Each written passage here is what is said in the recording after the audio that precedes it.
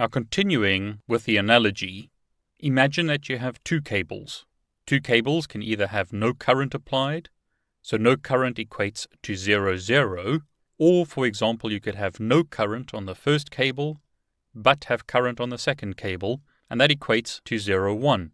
Once again, no current equals 0, current equals 1.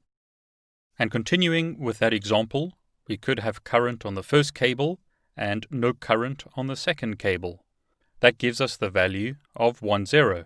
Or we could have current on both cables. So current on cable 1 and current on cable 2 gives us a value of 1, 1.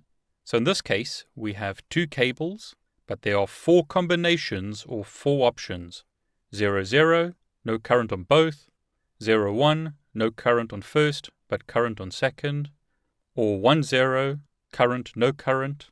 Or 1, 1, which means current on both. The reason for this is that we have two cables and two possible states, either on or off. So two cables with two possible states gives us the value of 4, or 2 to the power of 2 equals 4, or if you prefer, 2 times 2 equals 4. So just to summarize, in this example we have two cables and two states per cable. Two cables times two states equals 4 combinations.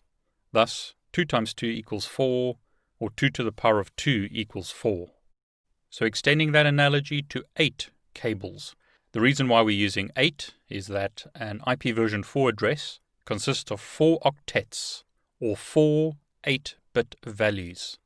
In this case, we might have no current on the first 7 cables and current on the last cable. That gives us 7 binary zeros and a single binary 1. We could once again go through all the various combinations as per the previous examples, where we put current on the last cable, as in this example, or current on the second last cable, and then go through all the combinations until we reached a situation where we had current on all the cables. If you went through all the combinations, you would end up having 256 combinations, or 256 binary values. 2 states across 8 cables gives you 256. Now for the sake of time, we're not going to do that here, but if you do decide to work it out, you would see that you have 256 binary combinations. Now let's do a quick comparison between decimal and binary systems. Decimal is based on a 10-base system, where it has values from 0 to 9. This is the numbering system used in everyday math, or maths, or mathematics, whichever term you prefer. Binary, however, is a 2-base system, which is the foundation of computer operations. Once again, we have two values, either 0 or 1. This is once again what we're going to concentrate on throughout the rest of this video. So all examples are going to be using a combination of zeros and ones. Here are some basic math examples for those of you who may have forgotten. 2 to the power of 0 equals 1. 2 to the power of 1, which in other words is 2 multiplied together one time, in other words 2 times 1, equals 2. Now extending that, 2 to the power of 2, which is 2 multiplied by 2, equals 4. 2 to the power of 3, which is 2 multiplied together 3 times, in other words 2 times 2 times 2, equals 8. 2 to the power of 4, which is once again 2 multiplied together 4 times, equals 16. Continuing, 2 to the power of 5 equals 32. 2 to the power of 6 equals 64.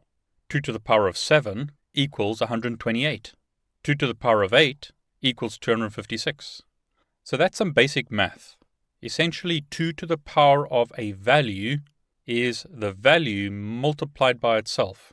In this case, 2 to the power of 8 is 2 multiplied by itself 8 times, which gives you 256.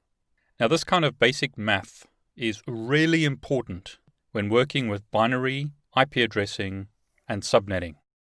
Now, if you were ever going to learn a table to help you with binary and subnetting, then this would be it.